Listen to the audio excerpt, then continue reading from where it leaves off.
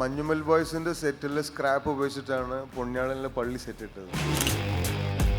Pharos പോലത്തെ cinema അതിൽ ഞാൻ പറഞ്ഞില്ല, ഞാൻ കാണാത്തൊരു ലോകമായിരുന്നു ശരിക്കും. 600 years ബാക്ക് അതിന് റെഫറൻസ് ഇല്ല എനിക്ക്. ഐഡന്റിറ്റി എന്ന സിനിമയിൽ തൃഷ മാമിന് ഒരു റൂം സെറ്റ് ചെയ്യണമായിരുന്നു. She use to come on set. തലേ ദിവസം വരും, സെറ്റ് കാണും. അത് എന്നെ വല്ലാതെ ആങ്സൈറ്റി എടുപ്പിച്ച. ഓൾമോസ്റ്റ് ആ പടത്തിൻ്റെ ബഡ്ജറ്റ് വാസ് 7 CR. പക്ഷേ വെറും 50,000 രൂപയ്ക്ക് സെറ്റ് ചെയ്ത ഒരു റൂമായിരുന്നു ആ സിനിമയിൽ എന്നെ സംബന്ധിച്ച് ഏറ്റവും എക്സൈറ്റ്മെൻറ്റ് ലൊക്കേഷൻ.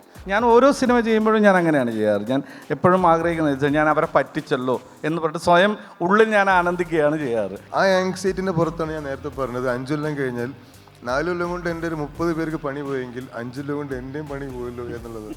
കാരണം പൊതുവേ മലയാളികൾക്കൊരു പ്രശ്നമുണ്ട്. നമ്മൾ ആദ്യം ഒന്ന് പിണങ്ങും, പിന്നെ ഇണങ്ങും, പിന്നെ അങ്ങോട്ട് വണങ്ങും. അപ്പോഴേക്കും ഇതെല്ലാം പോയി കഴിഞ്ഞിട്ടുണ്ടാകും. ഒരു സമയത്തിനപ്പുറത്തേക്ക് പോയി കഴിഞ്ഞിട്ടുണ്ടാകും. ഇപ്പോൾ എൻ്റെ ഒരു ചീഫ് അസോസിയേറ്റ് എൻ്റെ ഏറ്റവും പുതിയ ആർക്കിടെക്ചറിൻ്റെ അടുത്ത് ചോദിച്ചിട്ടുണ്ട് പാലറ്റൊക്കെ എന്ന് ഉണ്ടായതെന്ന്. അപ്പോൾ നേരത്തെ സന്തോഷേട്ടൻ പറഞ്ഞ പോലെ പണ്ട് ഈ VFX they were beating around the Bush. ഇപ്പോൾ എൻ്റെ ഐപാഡും ഞാനും ഉണ്ടെങ്കിൽ എനിക്ക് കോഴിക്കോട് നിന്ന് കൊച്ചിയിലേക്ക് വരുന്ന ട്രെയിൻ യാത്ര മതി. ഞാൻ ഏത് പരസ്യത്തിനെയാണോ ഏത് ക്ലയൻറ്റിനെയാണോ കാണാൻ പോകുന്ന അവരെ ഫുൾ ബ്ലോക്ക് എനിക്ക് എന്ത് ചെയ്യാൻ പറ്റും, 3D വരയ്ക്കാൻ പറ്റും. അത്രയും യൂസർ ഫ്രണ്ട്ലി ആയിട്ടുള്ള ആപ്ലിക്കേഷൻസ് വന്നു. പ്രൊഡക്ഷൻ ഡിസൈൻ ആർട്ട് എന്നുള്ള സെഗ്മെൻറ്റിലേക്കുള്ള സെഷനാണ്. സന്തോഷ് രാമനും അനീസ് നാടോടിയും രണ്ടുപേർക്കും സ്വാഗതം. നമ്മൾ സെഷൻ വളരെ വൈകി തുടങ്ങുന്നതിന് നേരിട്ട് പോകാൻ തോന്നുന്നു.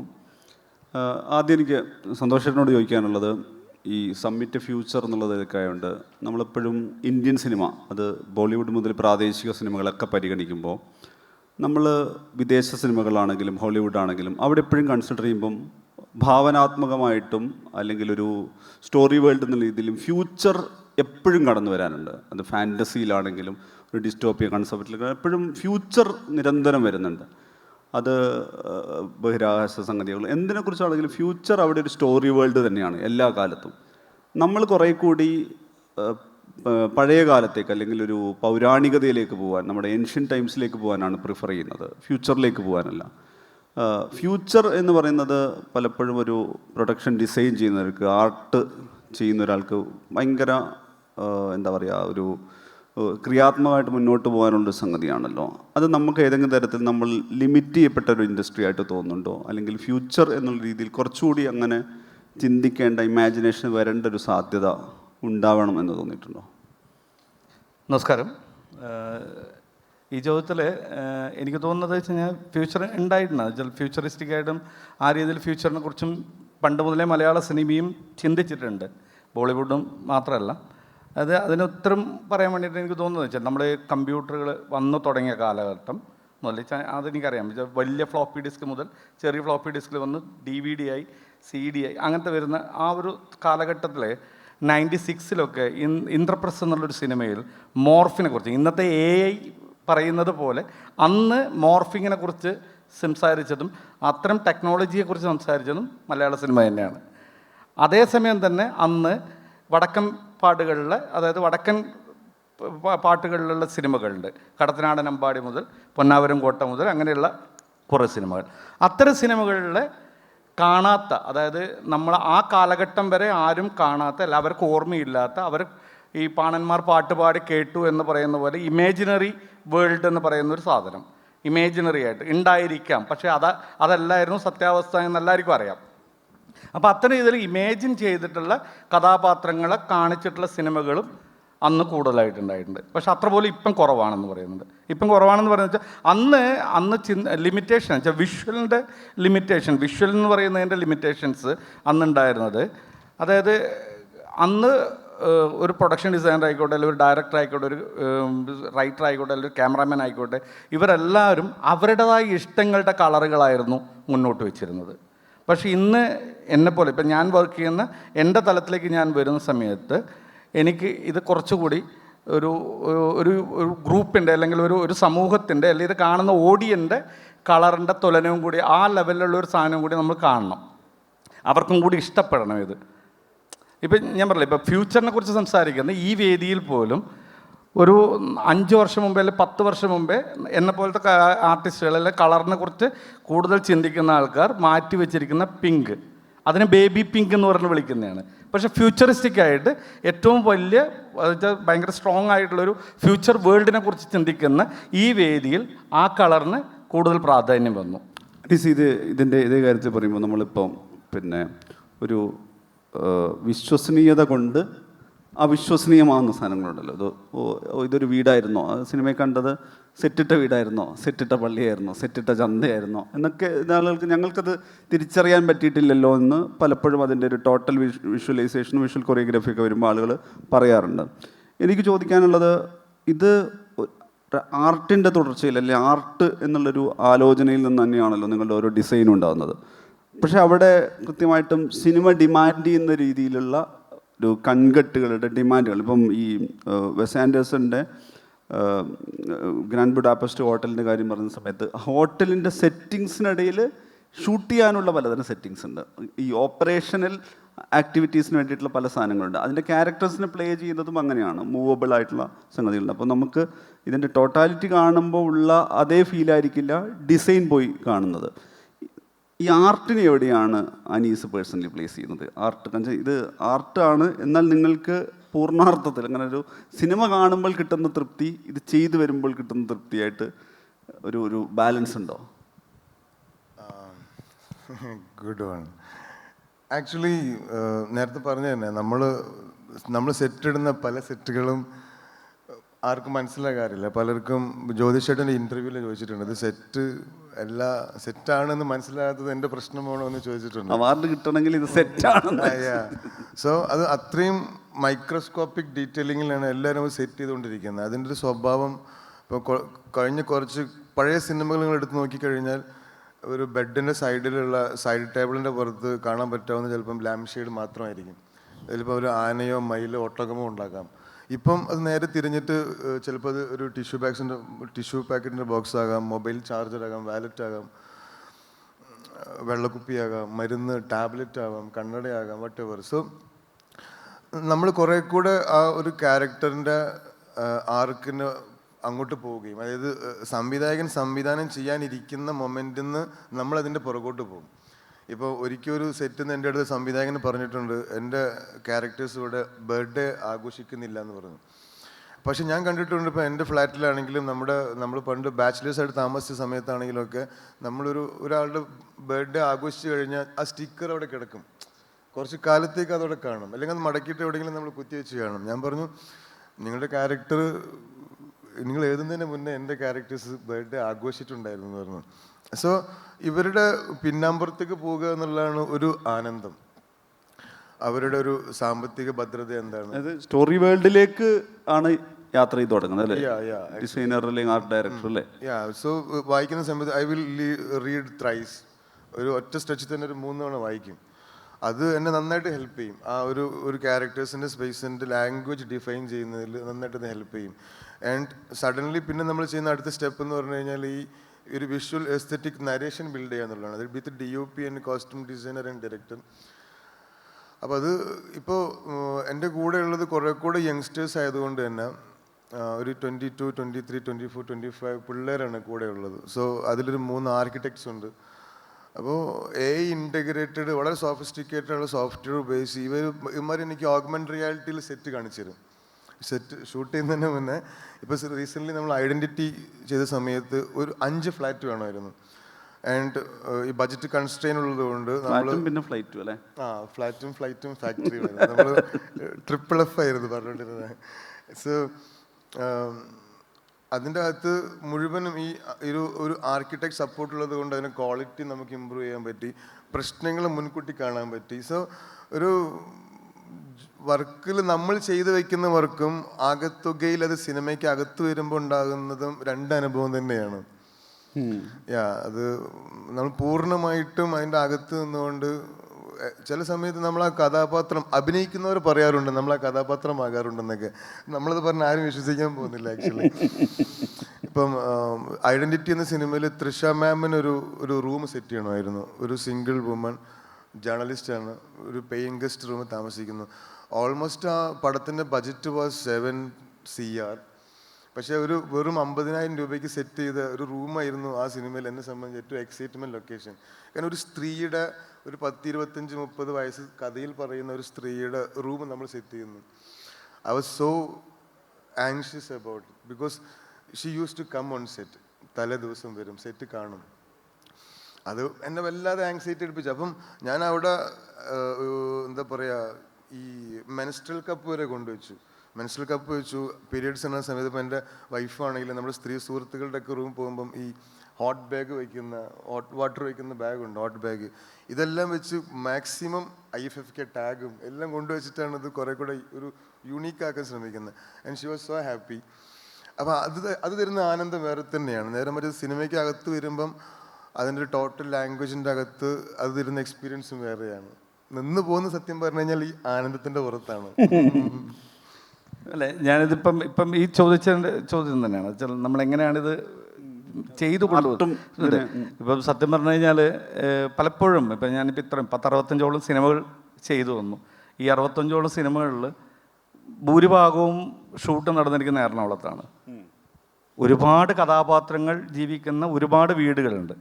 പക്ഷെ നമ്മളധികം ചെയ്യുന്നത് സ്ഥിരമായിട്ടുള്ള വീടുകളാണ്. അപ്പോൾ അത് ഓരോ സിനിമയ്ക്ക് പോകുമ്പോഴും ഇതേ വീട് തന്നെ. ഇപ്പം ഇവിടെ തന്നെയുള്ള ഒരുപാട് വീടുകളുണ്ട് സ്ഥിരമായിട്ട് ഷൂട്ടിങ്, വനിതാ വീട്, അങ്ങനെ പറയുന്ന കുറേ വീടുകൾ. ഈ വീടുകളിലെല്ലാം ഓരോ സിനിമയുടെ കഥ കേൾക്കുമ്പോഴും പല സ്ഥലങ്ങളും പോയി കറങ്ങി.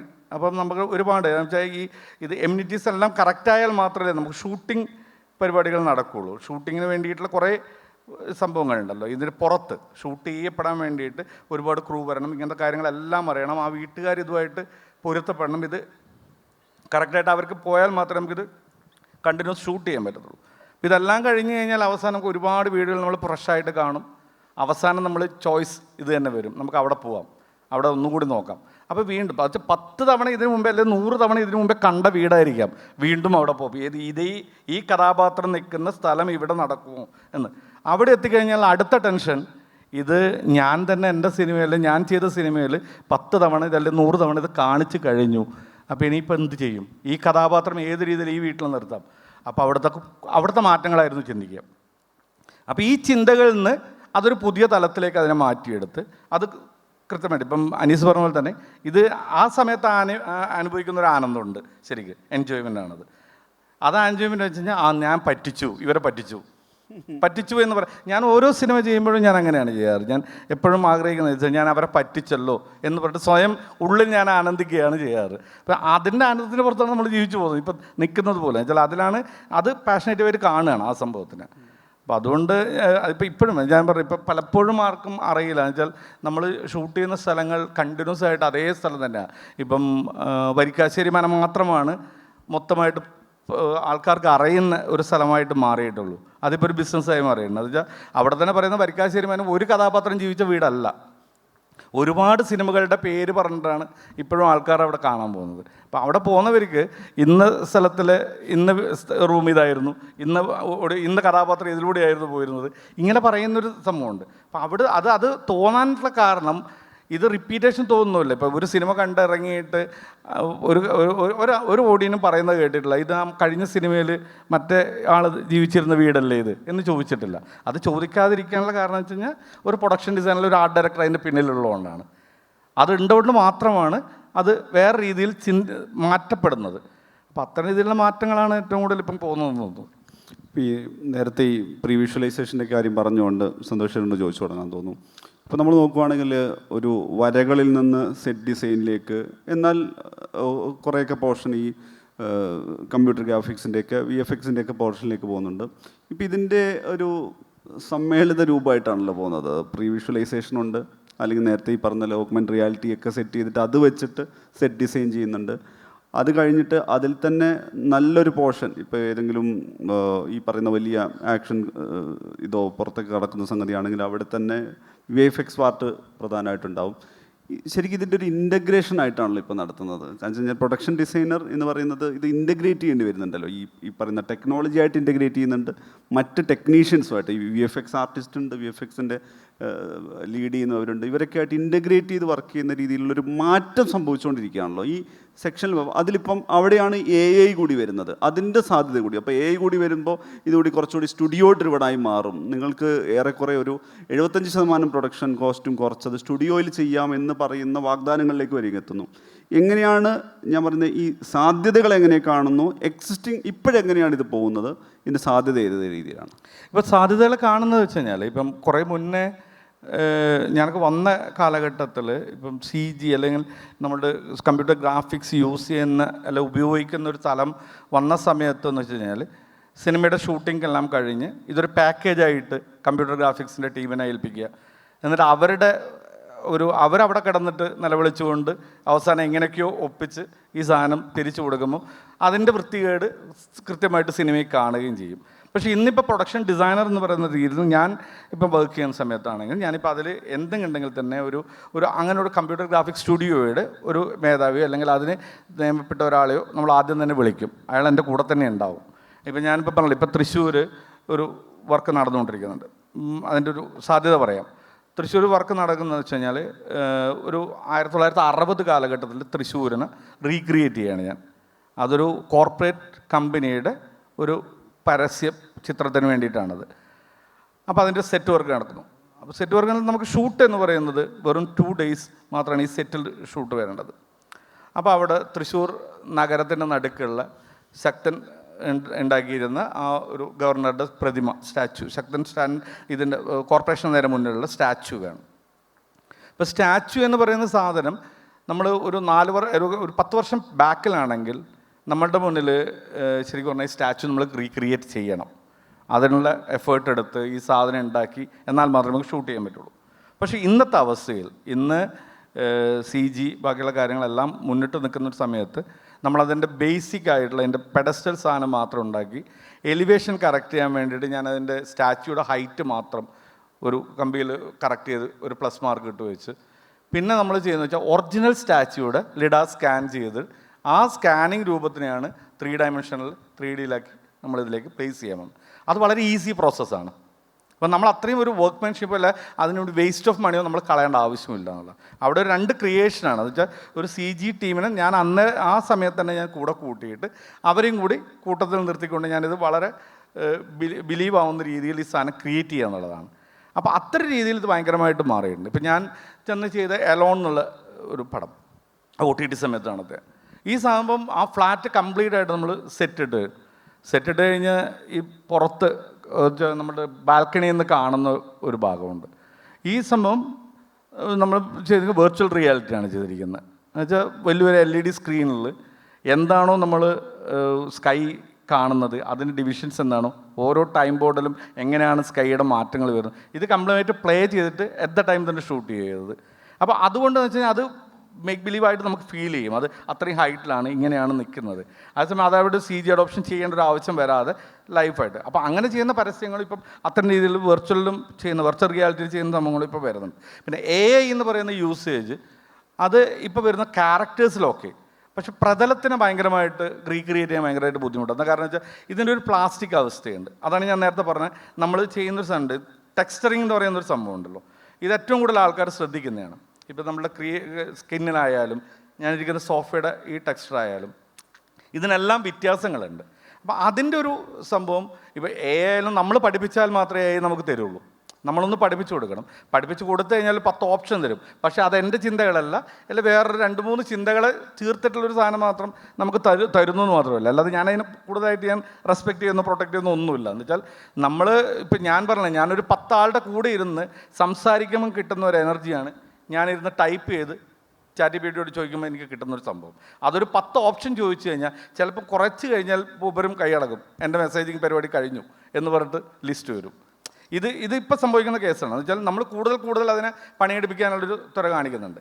അപ്പോൾ അത്തരം രീതിയിൽ വരുമെന്ന് വെച്ച് കഴിഞ്ഞാൽ ഒരു പ്ലാസ്റ്റിക് ഇമേജിങ് സംഭവമാണ്. അതിന് റിയലിസ്റ്റിക് ഇമേജിലേക്ക് ഒരിക്കലും എത്തിക്കാൻ പറ്റില്ല. നമുക്ക് കറക്റ്റായിട്ട് അറിയാൻ പറ്റും. എന്ന് വെച്ചാൽ ഇത് എന്തോ നമ്മുടെ ഇങ്ങനെ കമ്പ്യൂട്ടർ ഗ്രാഫിക്സ് ചെയ്ത് കൊണ്ടുവന്നൊരു സംഭവമാണെന്ന് അറിയാൻ പറ്റും. അപ്പോൾ അതുകൊണ്ട് സെറ്റിലേക്ക് അധികം AIയുടെ വിഷ്വൽസ് വരാൻ സാധ്യത കുറവാണ്. പക്ഷേ ഇത് ഈ വേൾഡ്, അതായത് ഇമാജിനറി വേൾഡ്, ഇപ്പോൾ ഡ്യൂൺ പോലത്തെ സിനിമകളിൽ അല്ല അത്തരം സാധനങ്ങൾ ഇപ്പോൾ പീരീഡ് സിനിമകൾ നമ്മൾ ക്രിയേറ്റ് ചെയ്യുമ്പം കുറച്ച് ബാക്ക് യാർഡ് ബാക്ക് സ്പേസുകൾ ഉപയോഗിക്കാൻ വേണ്ടി പ്രൊഡക്ഷൻ ഡിസൈനുകൾ നമ്മൾ ഫ്യൂച്ചറിസ്റ്റിക് ആയിട്ട് ഇപ്പോൾ ഉപയോഗിക്കുന്നുണ്ട്.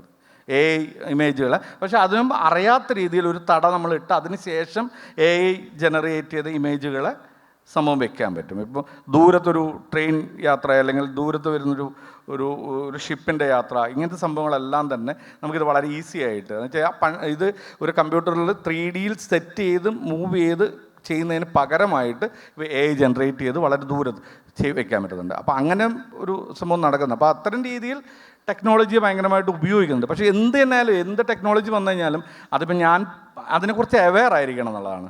എന്താണ് ടെക്നോളജി വന്നിരിക്കുന്നത്, ആ ടെക്നോളജി ഞാൻ കൂടുതൽ അവെയർ ആവുന്നതിന് കണക്കായിട്ട് അതെങ്ങനെ എനിക്ക് ഉപയോഗിക്കാൻ പറ്റും എന്നുള്ളൊരു ഗ്രൂപ്പിനെ ഞാൻ കൂടെ കൂട്ടി കൊണ്ടുപോകുന്നത്. അതിന് ഏത് ഫ്യൂച്ചറിലായാലും അത് അങ്ങനെ പോകുന്ന തോന്നുന്നു എനിക്ക്.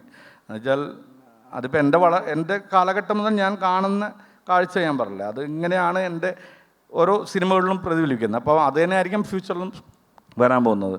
ഇതേ കാര്യത്തിൽ അനീസ്, ഇപ്പോൾ ഈ VFXൻ്റെ തുടക്കത്തിൽ VFXൻ്റെ ഒരു സമഗ്രത ഒരിക്കലും നമ്മൾ ഒരു മേക്ക് ബിലീഫ് ഉണ്ടാക്കുന്ന വിശ്വസനീയത ഉണ്ടാക്കുന്നതിൽ അത്രത്തോളം വരില്ല. അല്ലെങ്കിൽ VFX ഒരു മുഴച്ചിരിക്കും, അതൊരു കൃത്രിമത്വം തോന്നും എന്നൊക്കെയുള്ള നമ്മുടെ വാദം ഉണ്ടായിരുന്നു. പക്ഷേ നമ്മളിപ്പോൾ ഒരു VFX ബ്രേക്ക് ഡൗൺ കാണുമ്പോൾ നമുക്ക് വളരെ ഷോക്കിംഗ് ആയിട്ടുള്ള അല്ലെങ്കിൽ നമ്മൾ ഞെട്ടുന്ന വിധത്തിലുള്ള വിശ്വസനീയത പലപ്പോഴും കാണുന്നുണ്ട്. VFX ബ്രേക്ക് ഡൗൺ നമ്മൾ വലിയ പടങ്ങൾ ഇപ്പോൾ ഈ നേരത്തെ കൽക്കിയൊക്കെ പറഞ്ഞുകൊണ്ട് പറയുകയാണ്, അതൊക്കെ കാണുമ്പോൾ നമുക്ക് അത്രയും വിശ്വസനീയത വരുന്നുണ്ട്. പ്രത്യേകിച്ച് ഹോളിവുഡ് എന്നൊക്കെ വരുന്ന സമയത്ത് ഇതിങ്ങനെയാണോ ക്രിയേറ്റ് ചെയ്തത്. സ്വാഭാവികമായിട്ടും AI കൊളാബറേഷൻസ് വരുന്നു, ഈ VFXൻ്റെ പാർട്ട് വരുന്നു. ഇവിടെ വലിയ തരത്തിലുള്ള സഹായകമാകുന്ന സംഗതികളുണ്ട് പ്രൊഡക്ഷൻ ഡിസൈൻ്റെ കാര്യത്തിൽ. ഒരുപാട് ആനുകൂല്യങ്ങളുണ്ട്. നേരത്തെ ഈ പറഞ്ഞതുപോലെ ഈ പശ്ചാത്തല സൃഷ്ടി അല്ലെങ്കിൽ വലിയൊരു വേൾഡ് എന്ന് പറയുന്ന സ്ഥലത്ത് ഒരു ഭാഗികമായ ഒരു സ്ഥലത്ത് സെറ്റ് ഇടുവാണെങ്കിൽ അതിൻ്റെ ഒരു 5-6 ഏക്കർ സ്ഥലത്തിൻ്റെ ഒരു ഫീല് പിന്നെ അങ്ങനെ ഒരു ആളുകളെ ഓഡിയൻസിനെ കണ്ടീഷൻ ചെയ്യാൻ പറ്റുന്ന രീതിയിലൊക്കെ ഈ സാധ്യത ഉപയോഗിക്കാം. അതിനപ്പുറത്ത് ഈ പ്രൊഡക്ഷൻ ഡിസൈൻ എന്നുള്ള രീതിയെ കുറച്ചുകൂടി പരിമിതപ്പെടുത്താം. അല്ലെങ്കിൽ ഒരു മേൽക്കൈ ഈ VFXനും AIക്കൊക്കെ നേടിയെടുക്കാൻ പറ്റും ഈ പറയുന്ന ക്രിയേറ്റർക്ക് മേൽ എന്ന് തോന്നുന്നുണ്ടോ? എന്താണ് അതിൻ്റെ ചാലഞ്ചായിട്ടാണ് കാണുന്നതോ അതുപോലെ അഡ്വാൻറ്റേജ് ആയിട്ട് കാണുന്നോ? സത്യം പറഞ്ഞാൽ ചെറിയൊരു ആങ്സൈറ്റി ഉണ്ടായിരുന്നു ഈ കുറച്ച് മുന്നേ. നമ്മളൊരു പാൻഡമിക് സിനാരിയോയിൽ ഞാൻ അവസാനം സ്വയം തീരുമാനമെടുത്തു, ഈ സ്കെച്ചപ്പ് സോഫ്റ്റ്വെയറുകൾ, 3D സോഫ്റ്റ്വെയറുകളൊക്കെ, ബ്ലെൻഡറൊക്കെ ഞാൻ പഠിച്ചെടുക്കേണ്ടതുണ്ട്. ഇപ്പോൾ അതിൻ്റെ ഒരു തുടർച്ച എന്നുള്ള ഞാൻ മനസ്സിലാക്കിയത് ഒരു 3, 4, 5 കൊല്ലം കഴിഞ്ഞാൽ 2030 നിന്നുകൊണ്ട് ഒരു being a production designer or to be an art director എന്ന് ഞാൻ പറയുമ്പം അതിൻ്റെ കൂടെ എന്തായാലും VFX ആഡ് ചെയ്യേണ്ടി വരും. ഒരു VFX സൂപ്പർവൈസർ കം പ്രൊഡക്ഷൻ ഡിസൈനർക്ക് ഒരു 5 കൊല്ലം കഴിഞ്ഞാൽ നിലവിലുള്ള ഈ അവസ്ഥയിലാണ് പോകുന്നതെങ്കിൽ കുറേ കൂടെ ഞാൻ മനസ്സിലാക്കുന്നത് ഇനിയും എന്തൊക്കെയോ പേരിട്ട പാൻഡമിക്സ് വരാനുണ്ട്. കുറേ കൂടെ നേരത്തെ നിങ്ങൾ പറഞ്ഞതുപോലെ തന്നെ കുറേ കൂടെ ഒരു സ്റ്റുഡിയോ സെൻട്രിക് ആയിട്ടുള്ള പ്രൊഡക്ഷൻ കൂടാൻ സാധ്യതയുണ്ട്. ഇപ്പോൾ ചെറിയൊരു ഉദാഹരണം പറയാം. ലൂക്ക സിനിമ ഞാൻ ചെയ്യുന്ന സമയത്ത് ലൂക്ക വരെ ഞാൻ ചെയ്തത് ഓൾമോസ്റ്റ് 10-12ഓളം ആർട്ടിസ്റ്റുകൾ നമുക്കുണ്ടാകും. അവർ സെറ്റ് വരയ്ക്കും, പ്രോപ്പ് വരയ്ക്കും, യൂട്ടിലിറ്റീസും ഫർണിച്ചേഴ്സും ഒക്കെ വരയ്ക്കും. അത് കഴിഞ്ഞ് ഇപ്പോൾ എൻ്റെ ഐപാഡും ഞാനുണ്ടെങ്കിൽ എനിക്ക് കോഴിക്കോട് നിന്ന് കൊച്ചിയിലേക്ക് വരുന്ന ട്രെയിൻ യാത്ര മതി. ഞാൻ ഏത് പരസ്യത്തിനെയാണോ ഏത് ക്ലയൻറ്റിനെയാണോ കാണാൻ പോകുന്ന അവരെ ഫുൾ ബ്ലോക്ക് എനിക്ക് എന്ത് ചെയ്യാൻ പറ്റും, 3Dയിൽ വരയ്ക്കാൻ പറ്റും. അത്രയും യൂസർ ഫ്രണ്ട്ലി ആയിട്ടുള്ള ആപ്ലിക്കേഷൻസ് വന്നു. വെറും 3000 രൂപ, അതായത് $28 ഉണ്ടെങ്കിൽ ഒരു മാസത്തെ അഡ്വാൻസ്ഡ് പാക്കേജ് മിഡ്ജണി സബ്സ്ക്രൈബ് ചെയ്യാൻ പറ്റും. എനിക്ക് ഒരു ഡിസൈനറെ 2 ദിവസം ഹയർ ചെയ്താൽ തന്നെ 3000 രൂപയായി. ഫോർ എ മന്ത് 3000 രൂപ മതി.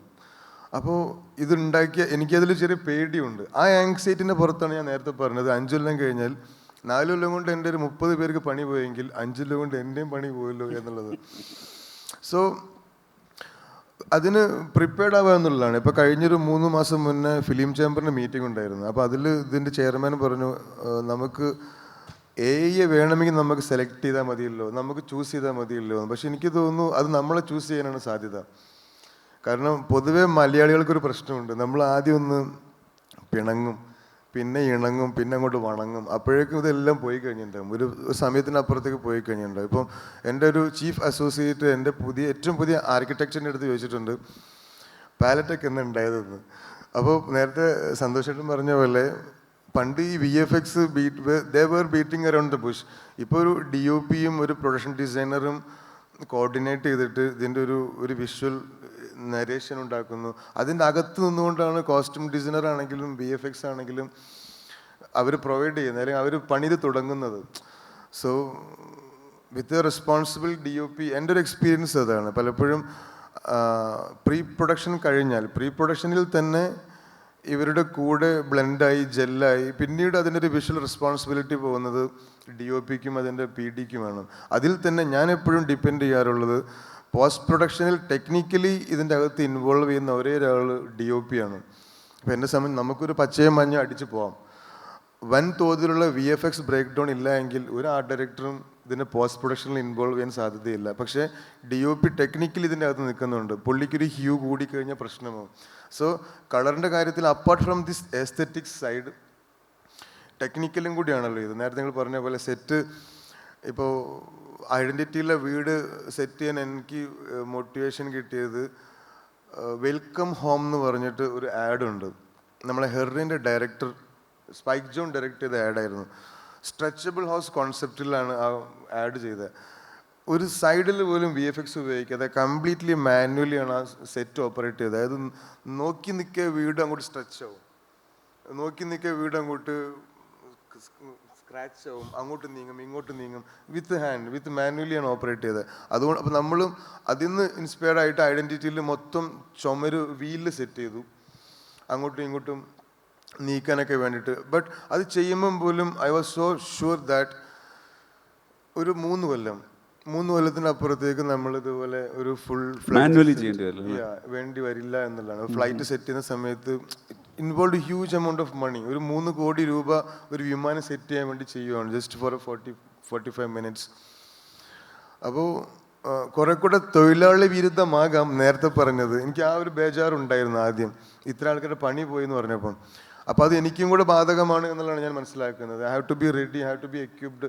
അന്ന് ഞാൻ ഫിലിം ചേംബറിൻ്റെ വർക്ക്ഷോപ്പിൽ പോയ സമയത്ത് ഞാൻ പറഞ്ഞത്, മീറ്റിങ്ങിൽ പോയ സമയത്ത് പറഞ്ഞത്, ടെക്നീഷ്യൻസിന് മന്ത്ലി വർക്ക്ഷോപ്പ് പ്രൊവൈഡ് ചെയ്യാനുള്ള ഇനീഷ്യേഷൻ ഗവൺമെൻറ് എടുക്കേണ്ടതുണ്ട്. അതല്ലെങ്കിൽ വലിയൊരു കുത്തൊഴുക്കിൻ്റെ ഉള്ളിൽ പതറിപ്പോവും നമ്മളടങ്ങുന്ന. എനിക്ക് മുൻപേ ഉള്ള ഒരു സൊസൈറ്റി ഉണ്ടല്ലോ, ആ ഒരു art community, they are not used to it. അപ്പം അത് വരാൻ പോകുന്ന change, I am so excited. മാറ്റങ്ങൾ ഭയങ്കര രസകരമായിട്ട് കാണാനാണ് ആഗ്രഹിക്കുന്നത്. അതുകൊണ്ട് തന്നെ ഞാനൊരു 3-4 മാസം കൂടുമ്പോൾ ഇടയ്ക്കിടയ്ക്ക് മിഡ്ജേണിയൊക്കെ സബ്സ്ക്രൈബ് ചെയ്തിട്ട് അതിൻ്റെ പാരാമീറ്റേഴ്സൊക്കെ ഒന്ന് പഠിച്ച് we have to be familiar with that. കാരണം ഇപ്പം അത് ഉപയോഗം ആഡ് ഒക്കെ ചെയ്യുന്ന സമയത്ത് അല്ലെങ്കിൽ മ്യൂസിക് വീഡിയോ ചെയ്യുന്ന സമയത്ത് പെട്ടെന്ന് നാളെ ഷൂട്ട് മറ്റന്നാൾ ഷൂട്ട് എന്നൊക്കെ പറയുന്ന പ്രൊജക്റ്റിനൊക്കെ പെട്ടെന്നൊരു ഡിസൈനിൻ്റെ അകത്തേക്ക് ലാൻഡ് ചെയ്യാനും മൊത്തത്തിൽ ഒരു ഓറിയൻറ്റേഷൻ ക്രിയേറ്റ് ചെയ്യാനൊക്കെ ഭയങ്കര ഹെൽപ്ഫുള്ളാണ്. പണ്ട് 4 ദിവസം കൊണ്ട് 5 ദിവസം കൊണ്ട് ചെയ്തുകൊണ്ടിരുന്ന പ്രോസസ്സ് ഇപ്പം 4 മണിക്കൂർ കൊണ്ട് നടക്കുന്നുണ്ട്. എൻ്റെ കേസിൽ തന്നെ ഒരു 10-15ഓളം ആർട്ടിസ്റ്റുകൾക്ക് പണി പോയി. ഇപ്പം ആർക്കിടെക്ട്സ് ഉണ്ട്, അവർ വരയ്ക്കുന്നത് കൊണ്ടും അവർ സോഫ്റ്റ്വെയർ ഉപയോഗിക്കുന്നത് കൊണ്ടും ഐ ക്യാൻ അക്കോമഡേറ്റ് ദം. കാരണം കോവിഡിന് ശേഷം ഉണ്ടായ ഒരു പ്രൊഡക്ഷൻ ടെക്നിക്കൽ ഇഷ്യൂ, നമ്മൾ പണ്ട് 10 അസിസ്റ്റന്റ് ഡയറക്ടേഴ്സിനെ വെച്ച് ചെയ്ത സിനിമകളൊക്കെ വെറും 3 അസിസ്റ്റന്റ് ഡയറക്ടേഴ്സിനെ വെച്ച് ചെയ്ത്. അപ്പോൾ പ്രൊഡക്ഷന് മനസ്സിലായി ഇതിങ്ങനെ നടക്കുമെന്ന്, കോസ്റ്റ് എഫക്റ്റീവ് മോഡൽ ഉണ്ടെന്ന്. സോ മൾട്ടിപ്പിൾ സ്കില്ലുള്ള മനുഷ്യന്മാർ അക്കോമഡേറ്റ് ചെയ്യാന്നുള്ളതിന് ഞങ്ങൾ നിർബന്ധിതരായി. അപ്പോൾ ഇപ്പം അങ്ങനെ തന്നെ നമ്മൾ ഹയർ ചെയ്യുന്നതും ആൾക്കാരെ ഹയർ ചെയ്യുന്നതും അങ്ങനെ തന്നെയാണ്. നമ്മളും നേരത്തെ സന്തോഷം പറഞ്ഞത് അതിൻ്റെ റെലവൻറ്റ് പോയിന്റാണ്. സോ ഇപ്പോൾ എന്നെ സംബന്ധിച്ച് മുഴുവൻ പഠിച്ചെടുക്കണമെന്നില്ല, പക്ഷേ എന്താണ് അപ്ഡേഷൻ എന്ന് അറ്റ്ലീസ്റ്റ് ഞാൻ അറിയേണ്ടതുണ്ട്.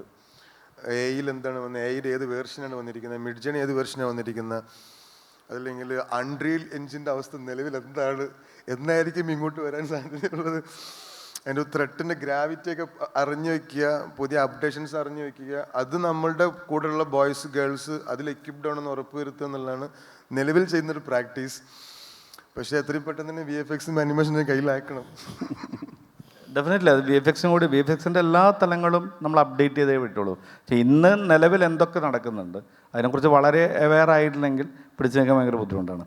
എന്നുവെച്ചാൽ അത് ഞാൻ മാത്രമല്ല, ഇപ്പോൾ എൻ്റെ കൂടുതൽ അസിസ്റ്റൻസ് ആയാലും അവരോടെല്ലാം പറയുന്നത്, ഇപ്പോൾ എൻ്റെ കൂടെ ഇപ്പം ഞാൻ പറഞ്ഞില്ല, ഇപ്പോൾ ആർക്കിടെക്ട് കഴിഞ്ഞ കുട്ടികളുണ്ട്, ഫൈൻ ആർട്സ് കഴിഞ്ഞ കുട്ടികളുണ്ട്, പക്ഷേ ഇവരെല്ലാവരും ഓരോ ദിവസവും ഇതെന്താണ് വിഷ്വലിൻ്റെ ഒരു ജേണി എന്താണ്, വിഷ്വലിൽ എന്തൊക്കെ നടക്കുന്നത്, വിഷ്വൽ എന്തൊക്കെ സംഭവിക്കുന്നുണ്ട് എന്നുള്ളത്. അത് പ്രിൻറ്റ് മീഡിയ മാത്രമല്ല, ഒരു മൂവിങ് വിഷ്വൽ മീഡിയ പോലും നമ്മൾ കൃത്യമായിട്ട് അനലൈസ് ചെയ്ത് കൃത്യമായിട്ട് അപ്ഡേറ്റ് ചെയ്തുകൊണ്ടേ ഇരുന്നാൽ മാത്രമേ ഇനി പിടിച്ചേക്കാൻ പറ്റുള്ളൂ. അത് ഉറപ്പാണത്. എന്നുവെച്ചാൽ അതിനിപ്പം എന്നാൽ മാത്രമേ നമുക്ക് ഫ്യൂച്ചറിനെ കുറിച്ച് ചിന്തിക്കാനും പറ്റുള്ളൂ. ഇപ്പം ഞാൻ പണ്ട് ഒരു ആർട്ട് ഡയറക്ടർ എന്ന് പറഞ്ഞാൽ കുറച്ച് മുന്നേ ഉണ്ടായിരുന്നൊരു ആർട്ട് ഡയറക്ടർ എന്ന് പറയുന്ന കക്ഷി ഇപ്പോൾ ഒരു ക്യാമറമാൻ ഒരു വിഷ്വൽ വെച്ച് കഴിഞ്ഞാൽ അവിടെ ആ ചുമര് ബ്ലാങ്കാണ്, ആ ബ്ലാങ്ക്നെസ്സിൽ 2 ഫോട്ടോ എടുത്ത് തൂക്ക് അല്ലെങ്കിൽ ഫോട്ടോ എടുത്ത് വെക്ക് എന്ന് ഫില്ല് ചെയ്യാൻ വേണ്ടി ആജ്ഞാപിക്കുന്ന ആൾക്കാരായിരുന്നു.